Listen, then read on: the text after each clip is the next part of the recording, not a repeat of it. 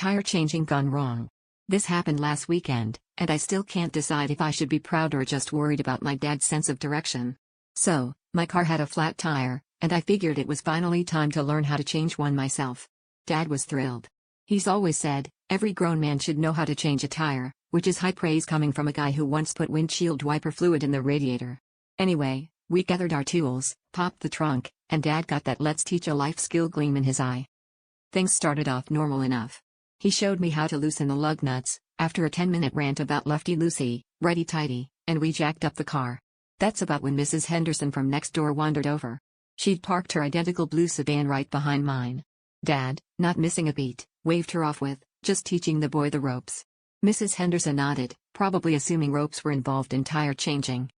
We got really into it, swapping the tire, tightening bolts, and Dad kept saying stuff like, "You'll never forget your first tire." Except, after we finished, Dad looked at the car, squinted, and said, "Looks like that one's a little low too." I pointed out that was Mrs. Henderson's car, but Dad insisted, "A lesson's a lesson." Before I knew it, we were knee-deep in tires, Dad practically in a fugue state, swapping out rubber like we were running a pit crew at Le Mans. 3 hours and a suspiciously high number of spare tires later, Mrs. Henderson came back out, looked at her car, and asked, "Why are all my tires brand new?" Dad just grinned and said, "Practice makes perfect, and you know what they say, it takes a village. Or at least a cul-de-sac, to teach a kid to change a tire.